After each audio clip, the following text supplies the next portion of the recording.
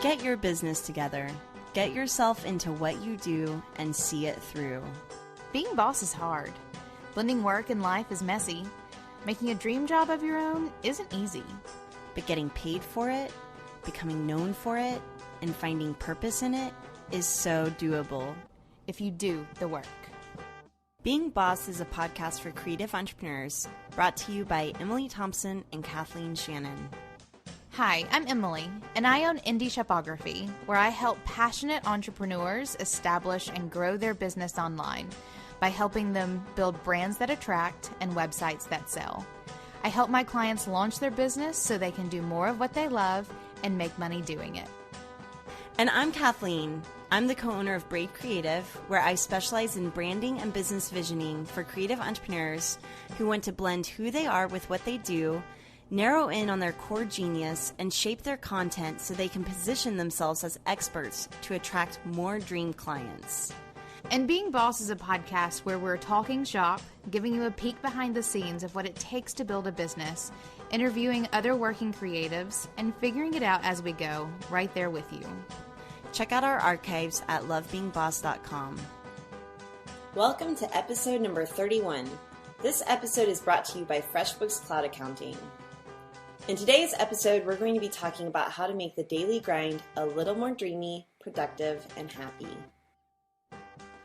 Are you trying to build a business but feel you could do a better job managing your money? Trust me, you're not alone. Whether you're a service-based creative professional trying to hunt down your client payments or a maker trying to invoice your retailers and track your expenses, FreshBooks is there to help you run your business and make you look like a pro while doing it. There's no reason you should be waiting weeks for payments, collecting receipts in a shoebox, or pulling your hair out over software not built for us independent business owners. FreshBooks is a solution for managing your business's finances in today's world. Grow a business that's competitive, modern, and profitable with a cloud accounting solution that's easy to use and pretty to look at. Sign up for FreshBooks and manage your money like a boss with no accounting degree required. Keep your hair and get paid faster. Try FreshBooks today for free. Go to freshbooks.com/beingboss and select Being Boss in the How Did You Hear About Us section. All right. What are we talking about this week, Emily? Well, today we're talking about getting or making the daily grind a little more dreamy. And I started this agenda the other day because I just got back from my big trip, and I am feeling like the daily grind is anything but dreamy. I'm crabby. I've been crabby for a couple of days. I was just telling Kathleen that I think I'm going through like post-vacation depression. And it's a thing. I've looked this up before. A couple of years ago, I went to Paris on a trip by myself, which was amazing. And I came back and didn't get out of bed for 3 days. It was kind of an issue. And I remember looking it up thinking, why am I so like mad and angry? And post-vacation depression is a thing. And I was actually talking to a friend of mine last night about it, and she was agreeing with me. And so I'm kind of feeling just crabby and not feeling like the daily grind is super dreamy. So I want to talk about, Kathleen, how we can make it a little dreamier. Yeah, I just got back from that road trip, and not 40 days, but 7 days. And right. It was a good vacation, and whenever I got back, I felt a little allergic to work. Just having a hard time, kind of getting back into it. Yeah. And so if anybody, like summer is always a time where I like pull back from work a little bit. I try to spend a lot of time outside in the pool. I love summer a ton. It is my favorite time of year. I love the heat. Like I'm in Alabama and I love the heat. Absolutely love it. I sit outside in it and it feels really good. My skin loves it. So like my skin is super glowy because it's like humid and oily. And my hair loves the humidity. Your hair does look good right now. Well, and I haven't brushed it in days. There you go. I haven't brushed my hair in years. True that. So I really, really love summer, and I'm having a hard time getting back to loving work, even though I love what I do, and that's why I want to talk about this. We all love what we do, which is why we're doing it. But sometimes we don't. Right, but sometimes we don't, and that's okay. But the goal is to get back to loving it when you find yourself not loving it. So that's what I want to talk about today, how to make the daily grind a little more dreamy. All right, first off, you have to get in your right mind. So I actually just had a coaching session with my executive coach. His name is Jay Pryor yesterday, and we were kind of talking, and I was going through what sucks, but what I really want, and some of what I want is just more, I talked about it a few episodes ago, like just some evenness and some clarity and grounding. I want to be able to do the work, but not have any of this like anxiety around it. I just want to be cool. And he was like, okay, gotcha. And we were talking through, and he goes, okay, so, but are you meditating? And I was like, oh, shit. And he just laughed at me. Because like we both knew that that's what it is. For me, if I can meditate, everything else is falling in line a little bit better. And even if things do suck, I kind of let it roll off my back like water on a duck. You know, it's just not a big deal. So meditation, I think that we all know the benefits of meditation. I think it's mainstream enough that it's not weird or woo-woo, but just sitting quietly with yourself for 20 minutes a day can do wonders.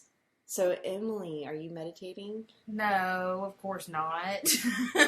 No, I know I need to. I was actually thinking about that yesterday. And it's a practice we try. Like, it's funny that you even bring up that idea of like just sitting alone quietly.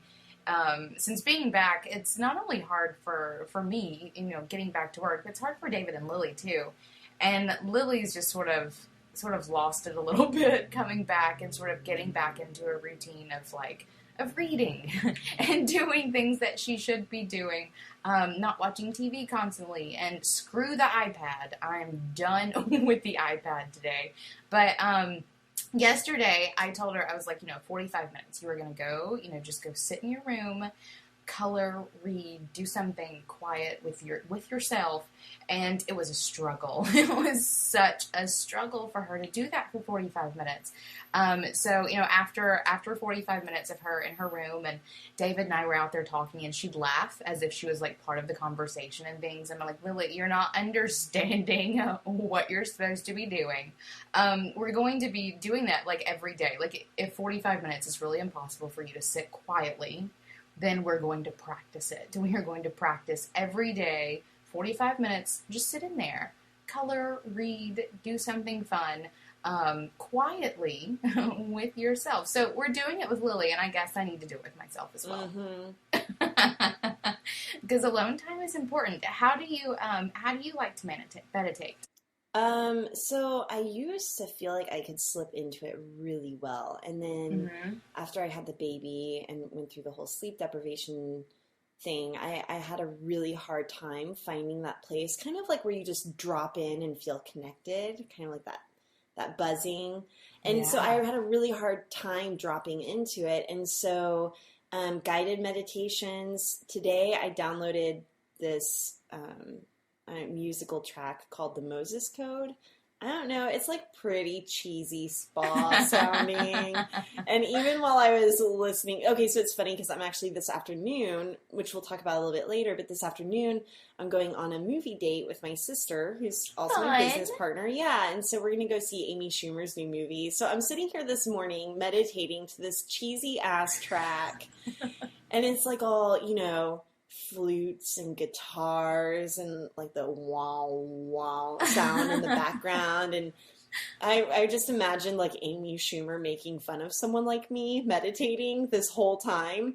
So anyway, but it worked, and before I knew it, 20 minutes were up. And sure, I had thoughts, but I think it's just forgiving the thoughts in the moment, letting them kind of float away, and just focusing on your breath. But for me, I have to now have kind of a guided meditation to give my brain a little something to focus on. And then I've also talked before about yoga Nidra, and it's more of a relaxation technique where you're just laying there and this voice is guiding you through basically all of your body parts one at a time, and you relax everything, and it feels amazing. 20 minutes of yoga Nidra is like an hour's worth of sleep. So it's a really great middle of the day way to relax. So yeah, that's how I meditate.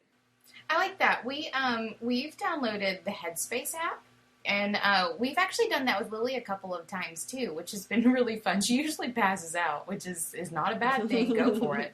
But the Headspace app is really good. I love Yoga Nidra too.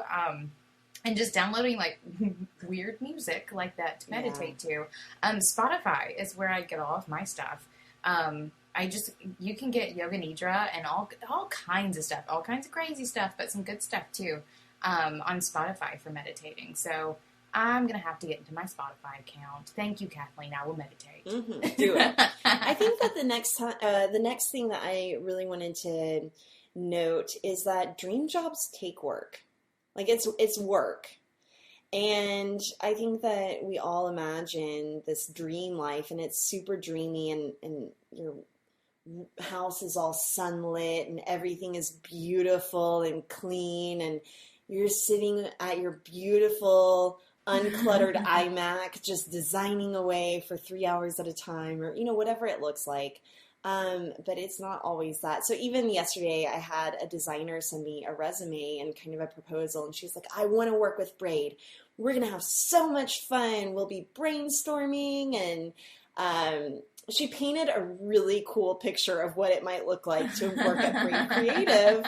But the reality of my workday, I emailed her back and I was like, you're so sweet. I love this proposal. This is amazing. It might be a fit, but I have to let you know, it is not a party over here. Like, we kind of look like we're just like angry typing away at our computer. You know what I mean? Like, right. Like it's kind of that resting bitch face look whenever it comes to what my day in the life of work looks like. And it's that all day long. It is not, even I live across the street from my sister, who's my business partner. And even us living so close together, it's not a perpetual party. So, right. But, the picture that she painted, I was like, oh, yeah, that would be nice. That would be nice. But I think that just kind of accepting the reality that dream jobs take work and that it's not always super glamorous, that helps me sometimes get in the right mind of, like, this shouldn't be fun. Like, I'm not entitled to a perpetual party. No, it's hard work. I mean, we've talked about this before. I've started using Timely to track like my work, so I can see where I'm working or what I'm working on most, and just sort of track like where I'm putting my time and things. And I told David whenever we came back, this week has been my first full week in the studio. And I told him, I was like, I'm going to have to put in 40 hours this week. Like, I know I'm going to have to get in there. My inbox is insane. I have some deadlines to catch up on. I have some new projects starting, like 40 hours. And today is Friday of this week, and I have clocked in a little over 20. And this is not like, and the difference being, like, the people who work, a 9 to 5 or working 40 hours a week, like, what are you really doing for 40 hours a week? Like, are you actually working for 40 hours a week, or are you really only working for 20 or 30? Because what I found is that my work type is very different. When I'm sitting here working, I'm not on Facebook. I do not look at my phone. I will turn off email and hustle things out for a while. And so my work looks like about 30 hours a week of like the most focused, insane work on the planet. And it's not pretty.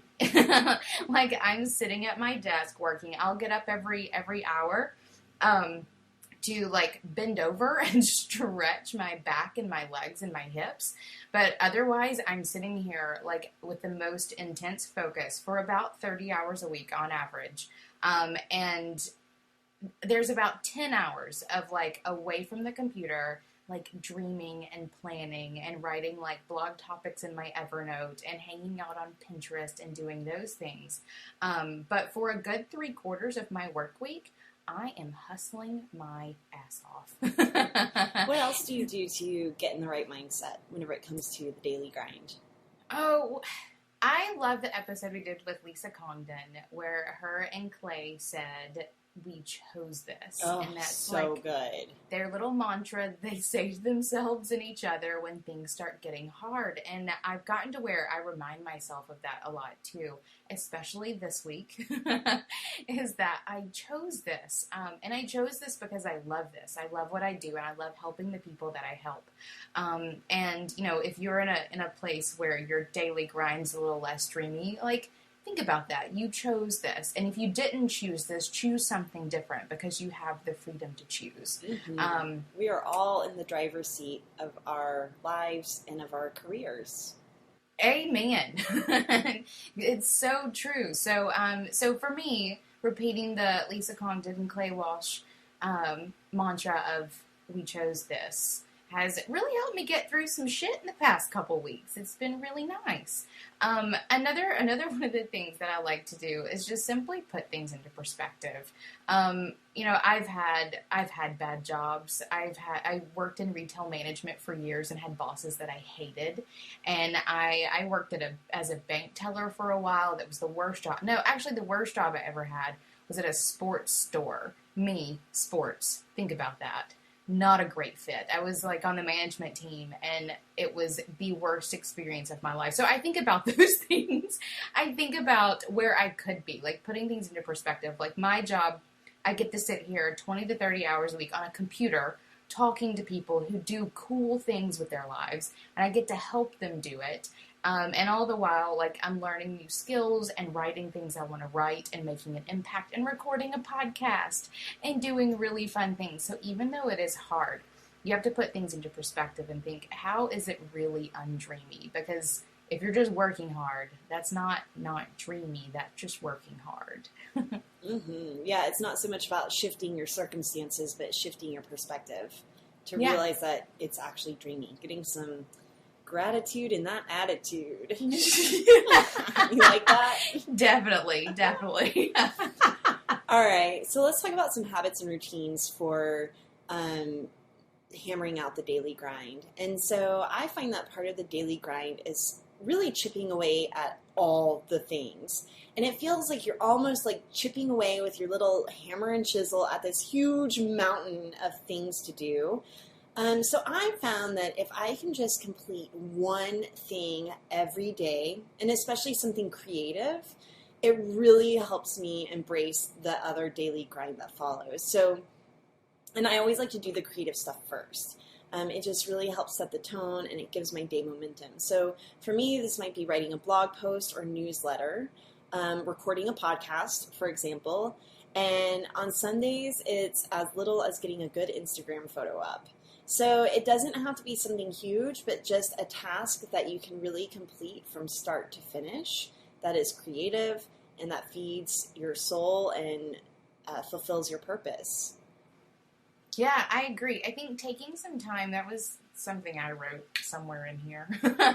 Taking some time to focus on something that you want to do, too, I think is a huge one for I don't know, appreciating your daily grind. I think whenever you are constantly pushing I can't talk anymore.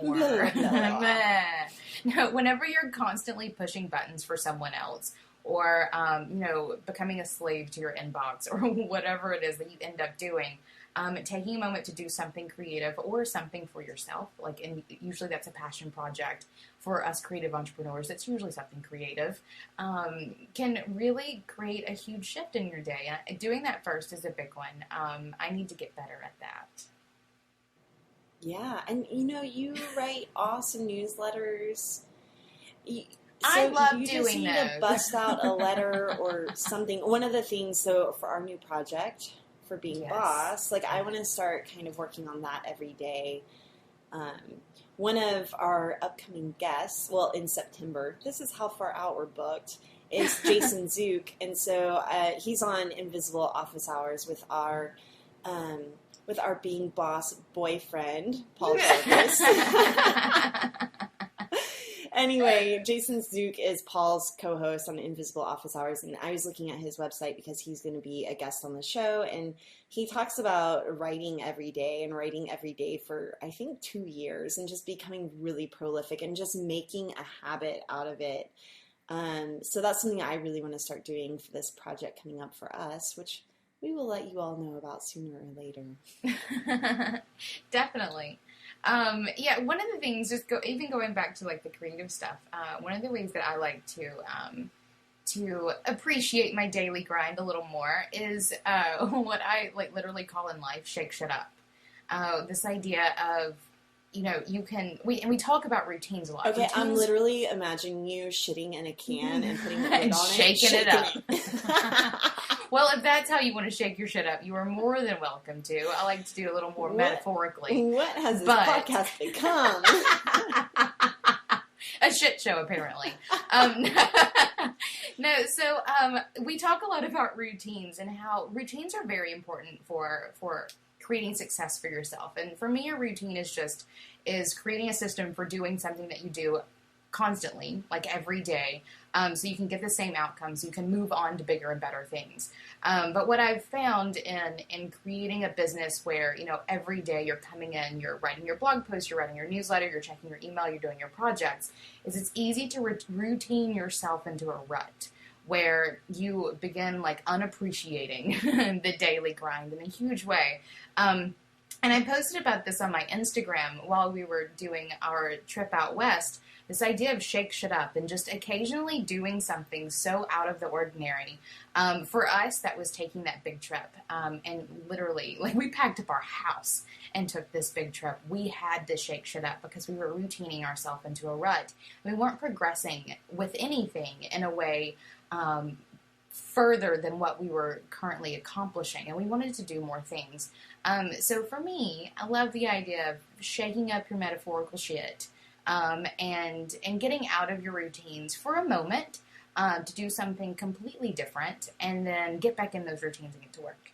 Yeah, I even read a scientific study once. Ooh. I can't quote it. I don't even have a source. But I read once that even driving a different route than you're used to get to a familiar place will trigger things in your brain to make you a little bit happier. So yeah, even little things like that, like taking a new path, can be good for your soul. But even starting a new project, like us starting this podcast, I felt was shaking things up a little bit, and it's been huge, monumental for our creative fulfillment, and then also for our careers. Yeah, so shake some shit up. Mm-hmm. But on the flip side of that, like you talk about routining yourself into a rut, I do think that if you can establish a morning routine that helps you set the tone for your day. So like my ideal, and we should do an entire podcast on this, on morning routines, but mine would include going for a walk, meditating. Really, by the time I do all this stuff on my morning routine, like my day is over. Yeah, but, it's 12:30 and I'm hungry for lunch. And then if it's lunchtime, I might as well take a long lunch, and then it's the end of the day. And then it's nap time. No and work. Then, yeah, I know. Anyway, so yeah, morning routines, like try and just do maybe one thing in the morning that will help set the tone for your day. I agree. I think morning routines are huge. We should definitely do a whole one. I'd like to hear about yours someday. Are we ready to move on to the next one? Yeah, let's talk about tapping your creative tribe, leveraging your creative pack to make the daily grind a little more dreamy. So while you were here, Emily, I remember one afternoon we were kind of both just hammering out emails or something, but we were both at the table, and it just felt kind of dreamy. Yeah. Kind of maybe what like that design applicant that was like, I want to work for Braid. It would be so dreamy. Like maybe that's kind of what it feels like, is working at the kitchen table with you. So, meeting up with a friend at the coffee shop, even if you guys aren't working on a project together, to simply be emailing side by side with someone that you like can be kind of dreamy. That's happened to me also. My friend Greer, who is a photographer, I ran into her the other day at a local coffee shop that we both visit often. And I was like, I didn't know you would be here. And we ended up sitting at the same table and just hammering out some work. And it was just really sweet being able to sit there and work side by side with her. So try it. Yeah, I love that idea. That's one of the things that I miss most about the studio. is having my team there, and it's all just sort of working quietly sometimes, sometimes working quietly, and just sort of getting stuff done. And like there's a buzz that happens around you whenever other people are being productive, that makes you want to be productive too. Whenever we were in Chattanooga last week, house hunting, I spent a day working from a coffee shop there. And we have coffee shops here in town, and I've worked at coffee shops before. But this one, which in Chattanooga is known as like the place that all the freelancers and like independent people go and work and have business meetings. David and I walk in there, and the place is literally buzzing with meetings and people talking shop and like things that you don't get in small town Alabama. Sadly, but there it was amazing, and I sat there that day and I got so much done. I mean, working by myself, I think working from a coffee shop can give you so much more energy around what you're doing, and doing it with someone is awesome. Meeting new people there is really cool too. I also think that there's so much value too in finding a person to sort of share your daily grind with, whether they're sitting next to you or if it's an occasional Skype date. I have a couple of online buddies, and we hold, I don't know, a meeting together once a month, once every other month, and just kind of talk shop a little bit, kind of like how you and I have done for years and has turned into this podcast. I mean, now we're just hitting record. I know. Now we just share it with everyone. But being able to sit down and talk about what your daily grind is looking like, if it's not feeling dreamy, or celebrating it if it's feeling totally dreamy. Being able to talk about how hard it is to be, a work from home mom, or talk to people who don't have kids and remember what that was like and dream about it. Mm-hmm. I mean, even before we got on the call, you were like, oh man, I need this episode because the daily grind is getting me down right now. And I was like, yeah. That's because you're a web developer. Oh, I know. Kudos to all you web developers, because that is some grind. It is some sincere grind. I mean, managing files and writing code is something that will make your eyes go cross in a heartbeat. But being able to talk to other people who are doing the same thing and sharing those experiences, for me, creating a tribe around you of people that you can share openly with about how not dreamy or how dreamy it is huge for just getting through it. Mm-hmm. Yeah, just knowing that you're not alone in it is so huge. It is, and one of the places that I didn't expect this to be so huge is our Facebook group. People in that Facebook group are using that. I mean, it's become almost like a massive mastermind group. Totally. Of people who are in there saying, listen to this shit that happened to me today, or listen to this amazing stuff that happened to me today, or asking questions and stuff. And those sorts of creative tribes that you build around yourself they've been monumental in me getting through 5 years of the daily grind. I know that even for some of my clients, or even just emails that I get from people, they might say stuff like, I'm having a really hard time. And I'll reply and say, I don't have the answers. I don't know how to make it better for you, but just know that the problem that you're experiencing, you are not alone. And that goes so far. Hey bosses, I'm going to take a second to interrupt this episode to tell you that if you're liking being boss and you're ready to level up your game, we've got something just for you. Check out the Being Boss bundle. It's Kathleen's DIY coaching for creatives and my Get Your Shit Together series, bundled together at one low price just for you bosses. You can find that at lovebeingboss.com/bundle. Okay, back to the episode. All right, what else? How about setting some boundaries around the daily grind? Ooh. So for me right now, I ran into a friend of mine who owns a local retail store here in Oklahoma City. It's my friend Caleb. He owns a boutique called Blue 7. And I was just kind of talking to him about the grind and being a business owner and also being a parent and how much space it takes up in your head. And he's like, yeah, because even if you leave work at work, like I leave my store and I come home, but my wife can tell whenever I'm not being present. She can tell whenever my mind is elsewhere. And it was a big wake up call for me because I realized my mind lately is probably 90% at work all the time. And so that was really a wake up call, just realizing even if you're not physically at work, and it gets tricky if you work from home, which we talked about in our last episode, but finding kind of like mental, energetic boundaries around leaving work at work. And so I don't know the answer to this. I'm hoping that the meditation thing works for me to help me create a little bit of separation between keeping my mind at work, or keeping it separated a little bit, keeping my mind present with whatever I'm with, whether that's work, whether it's recording this podcast with you. I'm not thinking about my client deadlines. If I'm with my baby, I'm not thinking about the podcast, just leaving work with work energetically and mentally.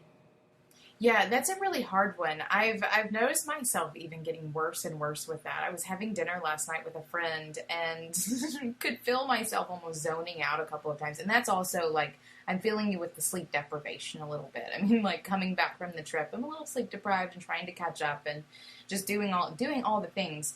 But I'm definitely finding myself a lot recently, like talking about something and forgetting what I'm saying, which is just redonkulous.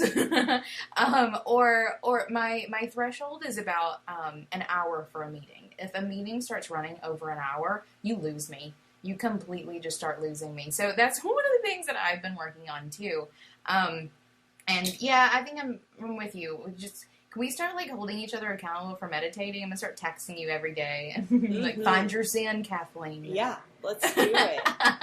Because I do think that's part of it. Like I really don't know what the other solution might be to kind of mentally keeping work at work. And so even you being at dinner with your friend, I kind of thought that you were going to say, and then I found myself on my iPhone checking my email, but not even that, No. It's not even, it doesn't even have to be your phone or your It's not physical, it's mental. You. Yeah, it's like mental distractions. Yes. Yeah, it is. It's difficult. But totally fixable. Just, we have to set some boundaries around where our brain is at when, which is really important. How do you set boundaries around the daily grind? Like, what are your tips or tricks or focus for doing that? Sure. One of the things I really strive for is to not get bogged down by like the mundane stuff that has to be done. As a creative entrepreneur, you are both a creative with like freedom to do and create and share and do all the fun things, but you're an entrepreneur, and that means doing business. That means answering your emails in a timely manner. That means doing your bookkeeping or delegating or doing things that are just kind of mundane. For a lot of people, the business side of business is the mundane stuff that you don't want to do, but you have to do. Or setting up systems so you can delegate it out. Absolutely. And that's actually even something that we've done. I think finding your boundaries of what you can do and what you can't do is super important. A couple episodes we had Val Geisler on, who's systems badass awesomeness.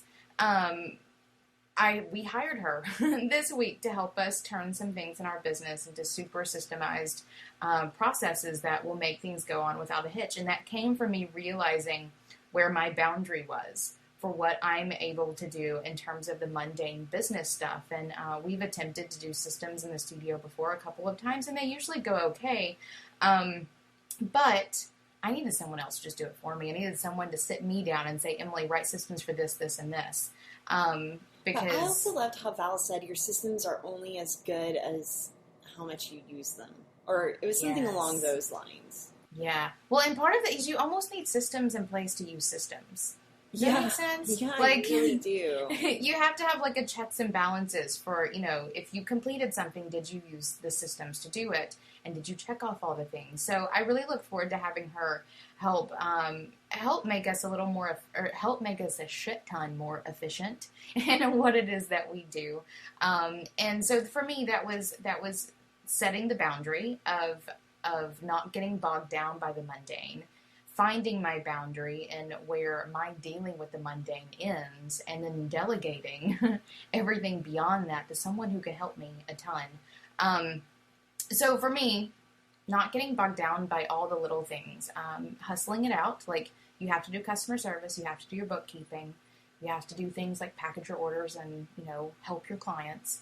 But then I think the flip side of that is also making room to do the stuff that you want to do. That's just as much setting a boundary. Some people forget to set the boundary of, I will focus on things that I want to do. I will focus on passion projects, whatever that is. And if you're a creative entrepreneur, you're here because you want to do things that you want to do. So making time to do things that you want to do is super important. Yeah, huge. What have you been working on, Kathleen, that you want to do? Throwing you under the bus. As far as like boundaries go? Or? Yeah, no, like have you been working on any fun things just to work on fun things? No. What? No. Well, then we need to talk about that later. I mean, okay, so this is the double-edged sword of making your dream job, right? Is that I'm living what I love 100% of the time. I'm completely who I am at work and in life. And so with that, it's not like I'm going to stop my work day doing what I love to then go like do some painting in the afternoon, Because you don't love painting, Catherine. I mean, I like the idea of it. So, I mean, okay, so here's like the landscape of what I do is that I have Braid Creative, so I'm doing branding and business visioning. I've got the e-course, the branding e-course, which I have a lot of energy around that. I work out every day or almost every day, so that's kind of like my hobby. I have the podcast, so this is definitely creatively fulfilling. And then I just launched, I think I've hinted at this project before, but I just launched a new project called NonDoc, and you can find more at nondoc.com. We'll be going live at some point in maybe the beginning of September, but that's a new project that I'm launching with my friend Andrew Rice, who is a former state senator here in Oklahoma City. So yeah, like I'm doing a lot. And then whenever I'm not doing those things, I have a baby and my family and my Netflix to watch. So I just, there's not a whole lot. And then whenever there is something, it's like an extra project within the context of all of those things that really excites me and fuels me. But I'm in an entrepreneurial space right now where everything I'm doing leads toward growing my business and making some money. That's just where I'm at. High five. Well, see, okay, then I think there's such a important differentiation there, because what you are not doing and what you have effectively handed off is all of the mundane stuff that most people struggle with the most. That's true. I mean, I have a team. Okay, yeah. The one thing is, I will say, you mentioned at the beginning of this conversation about the mundane, is the emails are just a lot. So you mentioned Val Geisler. I signed up. She's doing a Gmail, because I use Gmail. This is specifically a Gmail systems email course. And I think it starts on August 3rd. So this episode may be airing after that's launching. But I'm really excited to take her course in that and to better clean out my Gmail. I do have a assistant who's helping me with some of that stuff, but not a whole lot. Like there's still some things like I need to be in my inbox and kind of filtering through things. So yeah, I'm excited to take her email course, and because I know that I have stuff to learn there, and maybe that's part of it, is just learning and evolving, and yeah, it is. It's an evolution. And so if you're in a place in your business where you find yourself only doing mundane stuff, evolve out of it. Basically, you start delegating and you systemize so that you can delegate, whether that's your bookkeeping or packaging orders or doing whatever that may be. You hand it off so you can do more of the good stuff. And I think as a creative entrepreneur, sometimes we get in a cycle of like a hamster wheel of doing mundane stuff because it feels busy, really productive and busy and useful.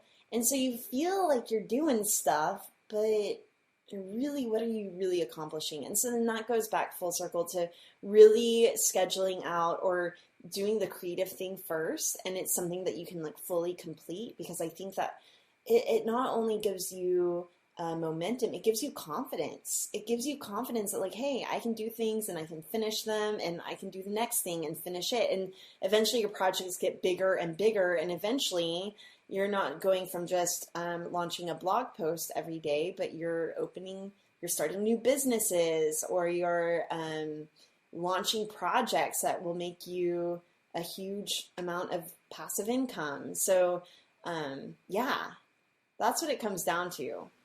It does. So evolve out of the mundane until you're just as happy as Kathleen, working all of her passion projects all day long and then working out in between. And then if you're still not happy, just start meditating. There you go. Perfect. Or go see a movie in the afternoon with your sister.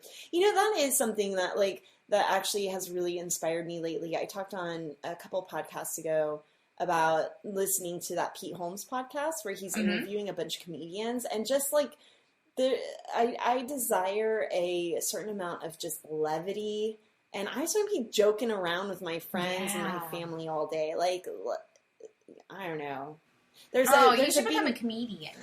Let's practice that. There's a Being Boss listener. Her name is Jillian, and she is a hand letterer and designer out in Los Angeles. And she gave me this postcard at Designer Vacay a couple years ago, and it said, "The shit ain't that heavy."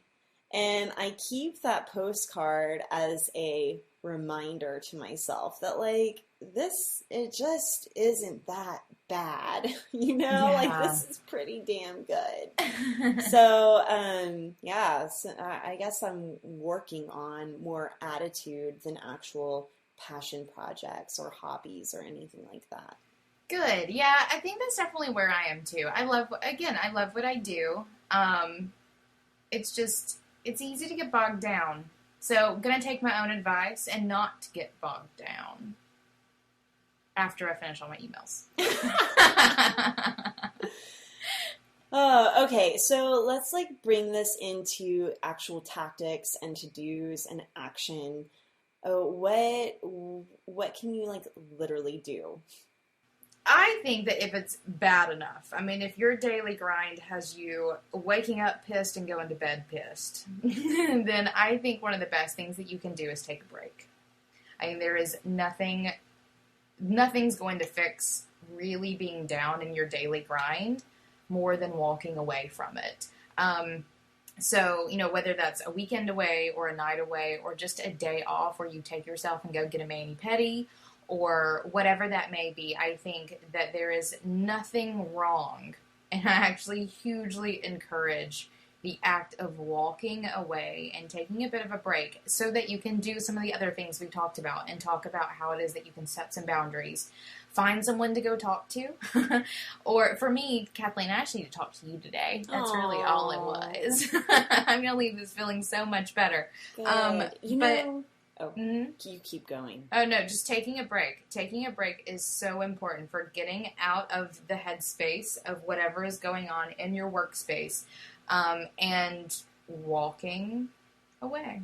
So I like to take a break a little bit, but in a different kind of way where I'm not physically walking away from my work. And because I do that stuff. I go to the gym, I get mani-pedis. Yesterday I went to the spa in the afternoon and took a steam and sauna. I'm pretty pampered. I'm pretty good at pampering myself. But for me, actually, what has really worked as far as taking a break is kind of taking a break from my to-do list. So I will clear everything, but I'll still be working. And then it's really the stuff that rises to the top that I'm working on. And so it's the stuff that I want to focus on, that I want to bring my attention to, that gets done.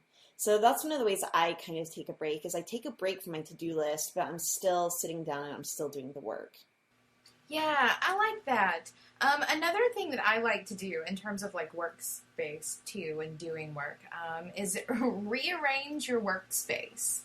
I feel like whenever I'm because I do this whenever I get like really just in my head and I'm feeling really grumpy about going to work and doing what I need to do, which is dumb, and I know it's dumb because I love what I do. It usually can be as simple as like rearranging my desk or doing something so that the space that I am in is a little bit different, because I'll get to the point, and this was like this yesterday, I really just had to leave the computer yesterday. Like sitting down in front of this screen makes me feel all like hot and bothered and like annoyed. Oh, not hot and bothered in a good way.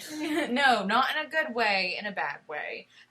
So for me, doing some workspace rearranging can be a really easy way for me to get out of whatever headspace I've created for myself in that like configuration, and just get back to doing the dreamy stuff that I like to do. My biggest one right now, and the one that comes top of mind. Okay, so one of my favorite self-help books is The 4 Agreements, and we'll include a link.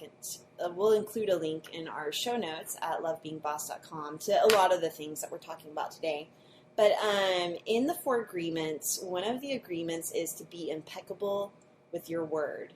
So basically, what that means is to watch what you say. And if things don't feel dreamy and you are speaking it out loud, you are giving it that much more power and that much more attention. And what you focus on expands. So focus on the stuff that you like and not the stuff that you hate. So if you're hating the daily grind, I mean, just stop talking about it, you know? And so, or start speaking out loud about the things that you love. So again, this is a mindset thing, but it's a very practical thing that you can do as well. So another way that you can watch what you say, there's this book called, I think it's like Complaint Free for 30 Days, or at least that's the concept behind it. And you wear a bracelet on your wrist, and if you find yourself complaining out loud, you switch it over to the other wrist. And so as you're complaining and you're switching this bracelet back and forth, you can kind of see over 30 days, if you're really being intentional about complaining less, how much less you switch the bracelet over. And then the whole thing is that once you're complaining less, your attention and focus is more on the good stuff. And what you're physically saying is on the good stuff. So that's a huge one, I think. And I just find that whenever I'm getting really bogged down, like even, okay, the sleep deprivation thing was like, I was like, I don't want to talk about it anymore. Like maybe if I stop talking about it, it will go away. That didn't work there. I mean, that's like a special case, but I have found that like whenever things aren't necessarily going well, the more I speak out loud about it, the worse it seems to get. Oh, so this is one of my mantras is wildly productive and living the dream. So I used to always, like, whenever I would, get on a call with you, like, how's it going, Emily? And you'd be like, oh, it's good, crazy busy. And I'm like, yeah, me too, crazy busy. I find that every creative entrepreneur I talk to and work with, every person that you talk to, you ask them how they're doing, and the standard response isn't like, oh, good, how are you? The standard response is crazy busy. And so the more I was saying crazy busy out loud, the more I was actually feeling crazy busy. So I started actually saying, whenever someone was asking me how things were going, I started saying wildly productive and living the dream. So it means that I'm still doing a lot of stuff, but that I chose this and that I'm living the dream.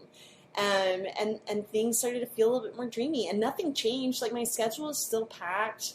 I still had clients to manage and expectations to deal with, and work was still hard, but simply shifting what was coming out of my mouth made things a little bit more dreamy. I agree. I remember whenever you released that Kathleenism, which is what it is. And I even adopted that, like, because it's one of those things that I've always noticed. Like, I hate it when people tell me that they're busy, like, even if they are, or if they really get into something really negative. Like, if I ask you how you are and you just go off into, like, oh, my back hurts and my, I'm sorry. Like, that's hard. But because you're being so negative about it, things are going to feel worse. And that's something that I've always been super aware of too. And the wildly productive and living the dream is such like a powerful mindset shift around what your life is like. It's the exact same thing. It means the exact same thing. It's just the the connotation around it has been shifted 180. And it's so much more powerful. But not only that, you make an impact on people that you say it to. Yeah. You either come off as the butt face who is like being a little holier than thou with your wildly productive and living the dream, or maybe they'll walk away like realizing that busy isn't the solution for getting things done. It's being productive and enjoying what you're doing that makes life worth living. Well, and I think that we're just, it's clear that we are starting to celebrate workaholics, or like a workaholic work ethic, and we're celebrating busy whenever it's not something that we should be celebrating. And I think that having those examples of people who are getting things done without getting their panties in a wad is so, so important. I want to be that person. Don't get me wrong, I get my drawers in a wad. Lots. Oh, plenty, don't you though? But plenty. But I think I was even talking a few episodes back about hanging out with Sarah Von Bargen, and she was just like, you could tell that she has a normal amount. The mailman's here. Every time the mailman comes while we're recording a podcast, I always think someone's about to like break in the house. Anyway, she was just she was getting stuff done. She had like a certain amount of work ethic, of course, because she's getting things done, but she wasn't stressing about it. And I love that. So she's been kind of my role model whenever it comes to getting stuff done. I also, Beyonce, every time. I know. Beyonce has 24 hours in her day, too, y'all. Like, but if she can do it, we can do it. One thing I was going to say, another tactic and to-do that I really like doing is actually scheduling in a dream date. And so I mentioned that this afternoon, I'm going to the movies with my sister to go see Amy Schumer's new movie, Trainwreck. And it wouldn't happen unless we had scheduled it in. Because she wouldn't be able to find a babysitter. Her kids are off for the summer, so she wouldn't be able to find a babysitter. I would have scheduled a meeting on top of it. So sometimes you have to literally put the dream. It doesn't feel spontaneous and it doesn't feel cool, but schedule it in. And not just like, okay, this afternoon I'm going to take time off. What are you going to be doing? Like, go see a movie or go bowling, but make plans to actually do something fun. Yeah, I did the same thing this week. So the dinner I had last night with a friend, we scheduled it earlier this week, and I did it. I miss her, so that was definitely like the reason. And I haven't seen her since we've been on the trip and stuff. But another part of it was I knew that I would be coming in for a full week of work, and I knew that by Thursday evening I would need a moment to just walk out of all the headspaces that I'm normally in and just do something fun. And so we did. We scheduled it. We knew what we were doing. We like had a date and a time, and we showed up. And doing things like that, putting them on your schedule, like making fun things a part of your quote unquote daily grind is so important for again that mindset shift of like perspective. Like, is this really undreamy? And if a couple of the things on your calendars are like dates with girlfriends or going and getting mani-pedis, and you actually look at that calendar and see why it's so full, the dream job really does become a dream job. So for anyone out there who is having a hard time finding the dreamy quality in the daily grind of their dream job, I hope that Kathleen and I have helped you. It's definitely helped me a lot. I'm feeling much better about working out my Friday and getting some things done so I can enjoy the most vegged out weekend of my entire life. And I'm definitely feeling a little more dreamy today now. Thank you. Take care. Treat yourself. I will. Oh, I am. Monday, actually, part of my dream job, Monday, I'm going mani-pedi. It's on the schedule. I'm going to treat myself. A little camping, I need a pedi. I like it. Yeah, you came to my house looking like a dirty hippie. Dude, I felt like a dirty hippie. I still kind of feel like a dirty hippie. And this is saying I don't brush my hair. So you have dreads and I'm the dirty hippie? I was saying my armpit stinks right now. But yeah, I mean, you were like full hippie. I was. I don't think I had showered in 4 days and like that's probably the longest I've been since I was a kid. Like I have thin hair, it gets oily fast. So thank you for putting up with stinky me. I love you no matter what. All right, you guys, live the boss life. Make sure you're not becoming a workaholic, but do the work. We'll see you next week. If you like being boss, be sure to sign up for our newsletter at lovebeingboss.com, where you'll get episode worksheets, secret content, and other goodies delivered straight to your inbox every week. Again, that's lovebeingboss.com. Do the work, be boss, and we'll see you next week.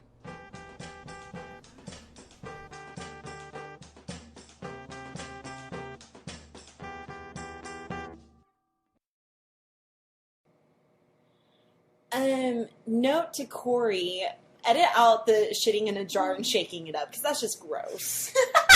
Edit that out. That's just gross. That was gross. If that is easily edited out, definitely remove that. What? Why would you say that shit, Kathleen? Because, it came to my mind, and I have no filter, and I just said it out loud. I'm not, I shouldn't have a podcast. No, I shouldn't say that out loud. I should have a podcast. I love our podcast, but I should not say disgusting shit on our podcast. They did push the envelope a bit, Kathleen. You never know what Kathleen's going to say on air. I'm never giving you a live show. Ever.